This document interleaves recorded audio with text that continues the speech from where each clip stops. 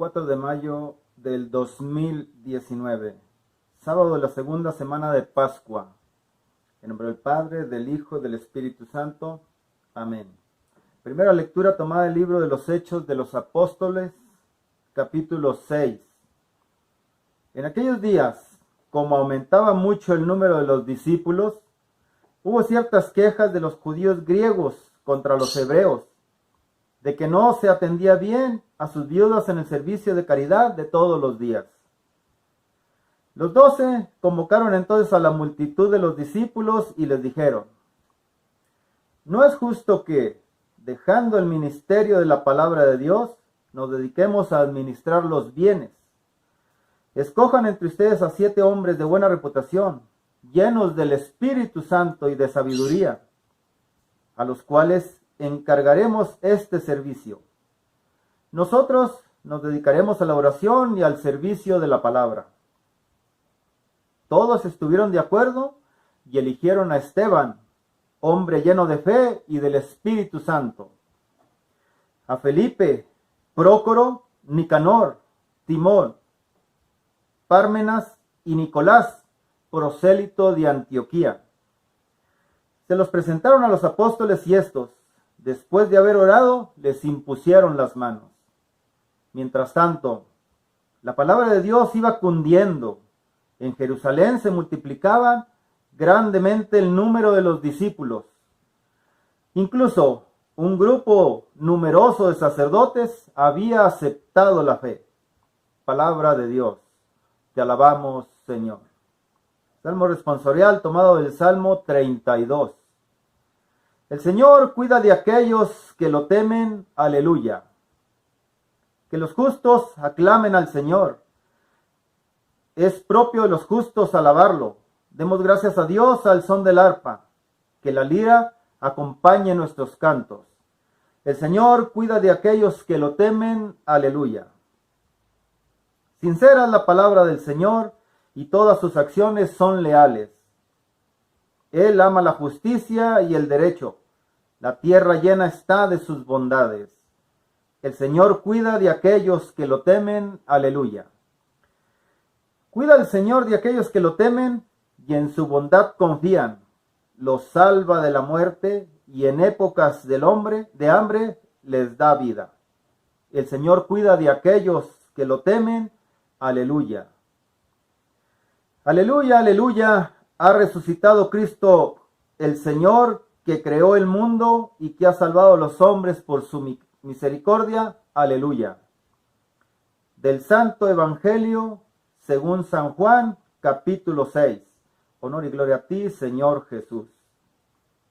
Al atardecer del día de la multiplicación de los panes, los discípulos de Jesús bajaron al lago, se embarcaron y empezaron a atravesar hacia Cafarnaún. Ya había caído la noche y Jesús todavía no los había alcanzado. Soplaba un fuerte viento y las aguas del lago se iban encrespando. Cuando habían avanzado unos 5 o 6 kilómetros, vieron a Jesús caminando sobre las aguas, acercándose a la barca y se asustaron. Pero él les dijo: soy yo, no tengan miedo. Ellos quisieron recogerlo a bordo y rápidamente la barca tocó tierra en el lugar a donde se dirigían. Palabra del Señor. Honor y gloria a ti, Señor Jesús. Hermanitos, ¿cómo están? Buen día en este sábado nuevamente. Este sábado que no es un sábado cualquiera, es un sábado con olor a mujer, con olor a María Santísima. Y pues vamos a pedirle al Espíritu Santo que venga en nuestra ayuda para que podamos hacer una buena reflexión, una buena interpretación de las Sagradas Escrituras. Ven, Espíritu Santo, inspira y manda tu luz para que tu cercanía nos ayude a seguirte más de cerca. Amén. Bien, hermanitos, vamos a hacer una reflexión de este día sábado. Ya hemos pedido la ayuda del Espíritu Santo y vamos a ver, porque al principio, en la primera lectura, nos estamos dando cuenta de que en aquellos días aumentaba mucho el número de los discípulos. Había mucha necesidad porque llegaron y se quejaron los judíos que hablaban griego, que sus viudas no estaban siendo atendidas. Entonces, esa era la necesidad que había. Entonces, ahí justamente viene e inicia el diaconado. ¿Por qué? Porque mandaron buscar a personas, a hombres que tuvieran buena reputación. Ya en el San Pablo nos habla especialmente en una de sus cartas a Timoteo, nos habla acerca de eso, ¿verdad? El diácono. Los diáconos, ¿qué es lo que deben hacer? ¿Qué es lo que deben ser? Deben ser dignos, sin doblez, no dados a beber mucho vino ni a negocios sucios, que guarden el misterio de la fe con una conciencia pura. Primero se les someterá a prueba y después, si fuesen irreprensibles, serán diáconos. Las mujeres igualmente deben ser dignas, no calumniadoras, sobrias, fieles en todo. Los diáconos sean casados una sola vez y gobiernen bien a sus hijos y su propia casa, porque los que ejercen bien el diaconado alcanzan un puesto honroso y grande entereza en la fe de Cristo Jesús. Eso le estaba diciendo a Timoteo, en la primera epístola a Timoteo, el capítulo 3, versículos del 8 al 13. Ahí vemos que Pablo nos está hablando de lo que deben ser los diáconos. Los diáconos que lo que van a hacer es servir. Primeramente era para servicio a las viudas, en este caso, que estaba la necesidad, pero ya después empezaron a servir también en la liturgia. Eso desde siempre, desde que inició la iglesia, eso está así. De hecho, en el principio con Moisés había también servidores, gente del pueblo que eran representantes al servicio de los sacerdotes, y esos eran los diáconos de los servidores en el Antiguo Testamento. Eso lo encontramos en Números capítulo 18. Se fue perdiendo un poquito, ¿verdad? Se fue perdiendo un poquito lo del diaconado. Se fue perdiendo un poquitito y llegó el Concilio Vaticano II. Allí en el Concilio Vaticano II se vio la necesidad de volver a tener a los diáconos al servicio de la iglesia y más al servicio no solamente de la iglesia, sino de la gente de la iglesia. Entonces, eso fue por allá por el 1967, 1968, que realmente cuando empezó el diaconado aquí en los Estados Unidos fue justamente en ese entonces, en 1968.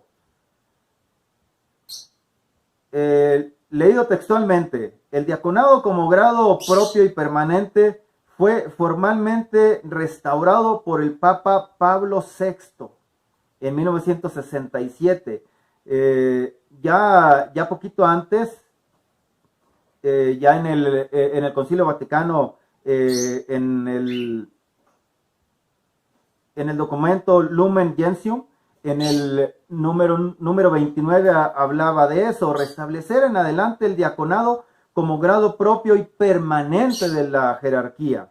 Entonces, y ya en 1967 es que el Papa Pablo VI, el 18 de junio, decreta en una carta apostólica, un documento que restablece el diaconado de manera permanente en la iglesia.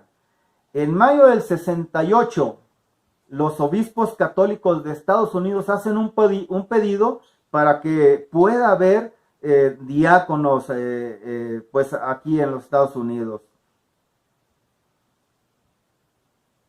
Y en 1968, en agosto, el Papa Pablo VI acepta la petición y a partir de entonces empieza todo esto del diaconado aquí en los Estados Unidos. Diácono, ¿qué es el diácono? Pues es el que va a servir, es el que va a ayudar, es el que va a estar ayudando al sacerdote en cosas que él no puede hacer. De tanto trabajo que tiene el sacerdote, no es que no lo pueda hacer porque no puede o algo así, sino que el sacerdote lo puede hacer, pero necesita la ayuda de alguien más. Entonces, eso es lo que hace el diácono. Vemos también que al principio ya hablamos un poquito de los diáconos, del diaconado. Hablemos un poquito. Hay diáconos permanentes y hay diáconos de transición. Los diáconos de transición son los que están prontos a ser sacerdotes. Primero los ordenan diáconos y después viene la ordenación sacerdotal. Y hay diáconos permanentes, que es de lo que nos está hablando un poquito las Sagradas Escrituras en San Pablo, que le escribe a Timoteo. Esos son los diáconos permanentes que pueden ser casados. Puede ser tú, hermanito, que estás casado, puedo ser yo incluso. Claro, es estudio, se necesita estudiar 4 años, entonces hay que prepararse, hay que estar preparados para eso.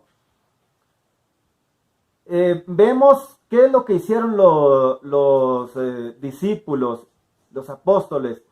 Oraron por él. Les impusieron las manos, los mandaron a misión, pero no salieron de misión a otro lado, no salieron a cualquier parte. Ellos fueron los servidores ahí mismo donde estaban en Jerusalén. Entonces, pero esa venida del Espíritu Santo sobre ellos, hermanos, es la misma que puede venir en ti y en mí, porque el Espíritu Santo no lo mandó nuestro Señor Jesucristo propiamente para los apóstoles, los mandó para todos nosotros, todos aquellos que creamos en Él, todos aquellos que estemos dispuestos a pedir que venga el Espíritu Santo sobre nosotros, a recibirlo. Y no importa la edad, no importa de dónde tú eres, no importa de dónde tú vengas, no importa nada de eso, no importa dónde tú vivas, lo que importa es que quieras recibirlo. Y que quieras recibirlo y el Señor entonces te lo va a dar, lo va a mandar a ti y el Espíritu Santo puede iluminar a otras personas a través de ti, a través de mí. Entonces lo que tenemos que hacer es quererlo. Y yo no sé, pero yo pienso que tanto tú como yo, queremos que el Espíritu Santo se manifieste en nosotros, en nuestra vida. Claro, para eso, pues que se note que el Espíritu Santo esté en nosotros. Pasamos un poquito al Evangelio, ¿verdad? En el Evangelio, ¿qué es lo que pasa? Están en una barca. La barca sabemos que en la terminología bíblica, la barca nos habla de la iglesia. Y en la terminología bíblica, el mar es donde está el mal, donde está el caos, donde está todo aquello que nos aleja de Dios. Entonces, ¿qué es lo que está pasando? Y hay una tempestad, el viento está fuerte, entonces no está el Señor con ellos, no está el Señor con los discípulos, con los apóstoles en este caso, no está con ellos y entonces la barca se empieza a mover para acá y para allá y ven al Señor. Ven a Jesús que viene, pero no lo reconocieron. Entonces, no lo están reconociendo y se asustan, tienen miedo. Es lo que pasa contigo y conmigo. Cuando no reconocemos al Señor, cuando el Señor está alejado de nosotros, cuando el Señor está alejado de nuestra vida, entonces nosotros tenemos miedo. Más bien, no está alejado de nosotros nos alejamos de Él. Y es cuando nosotros tenemos miedo, es cuando nosotros nos asustamos, es cuando con cualquier cosita hay miedo en nuestra vida.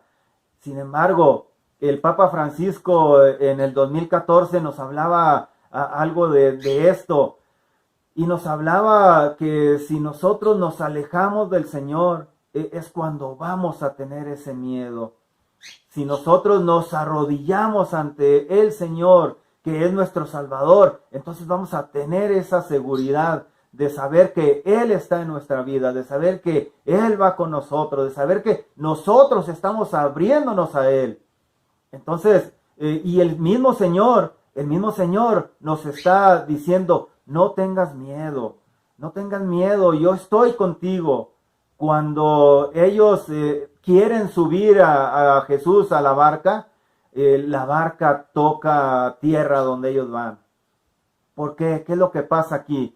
Porque el Señor es el que los lleva, el Señor es el que te lleva a ti, el Señor es el que me lleva a mí, a donde Él quiere que vayamos. No somos nosotros los que vamos a llevarlo, es el Señor el que nos lleva a donde Él quiere, hermanos. Entonces, tenemos que ver eso. Primero, no tener miedo, que es lo que nos dice el Señor. Otra vez, el Espíritu Santo viene a nosotros y puede manifestarse en nosotros, puede hacer manifestaciones a través de nosotros, sí puede hacerlo. Recordar que el Señor, volviendo un poquito a la primera lectura, el Señor tiene un plan en tu vida, tiene un plan en mi vida. Al principio les dijo a los apóstoles, no salgan de Jerusalén, no se vayan de Jerusalén, porque voy a mandar esa promesa que fue dada por mi Padre, dice, y que ustedes oyeron de parte mía. Entonces, ese plan, hermanos, los diáconos estaban en ese plan del Señor, y estaban en el plan del Señor, y el Señor tiene un plan para ti en tu vida, tiene un plan para mí en mi vida. Quizás todavía no llega, quizás no has descubierto cuál es el plan en tu vida. Entonces, sé paciente y espera al Señor. Espera que el Señor manifieste en ti ese Espíritu Santo y que pueda darte a conocer el plan que tiene para ti en tu vida, para ti en tu comunidad donde tú estás, en la iglesia, hermano.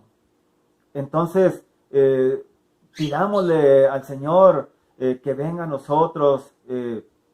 Vemos que en el principio, también en la primera lectura, había problemas, había situaciones así. Hay problemas en todos lados, sí, por supuesto, pero hay que saber solucionarlos y siempre solucionarlos con la ayuda del Señor. Siempre hay que hacer eso. Hay que buscarle, hay que pedir al Espíritu Santo que venga en nosotros para que nos ayude a buscar solución a cualquier situación que pueda haber en nuestra vida, que pueda ser la situación más difícil que pueda haber en tu vida, en tu familia, en la comunidad donde tú asistes, en la iglesia donde tú vas. Ahí puede haber. Pero el Señor quiere y nos da la solución. ¿Cómo? Pues orando. ¿Cómo? Acercándonos a Él. De esa manera. Hermanos, démonos cuenta que el Señor quiere hacer cosas grandes en tu vida y en mi vida. Y el Señor nos pide también a nosotros que estemos orando. Y así como nos pide que estemos en oración y que no tengamos miedo, así es lo mismo que yo te digo a ti. Seguimos estando en oración por ustedes, por cada uno de ustedes. Ténganos en oración a nosotros. El tiempo de Dios es perfecto. No hay cosa que no se haga si Él no lo quiere. Entonces, y cosa que se haga si Él así lo quiere, así es. Todos mantengamos en oración unos por otros, hermanos. Hay mucha necesidad de oración. Yo sé que tú tienes necesidad de oración. Nosotros oramos por ti.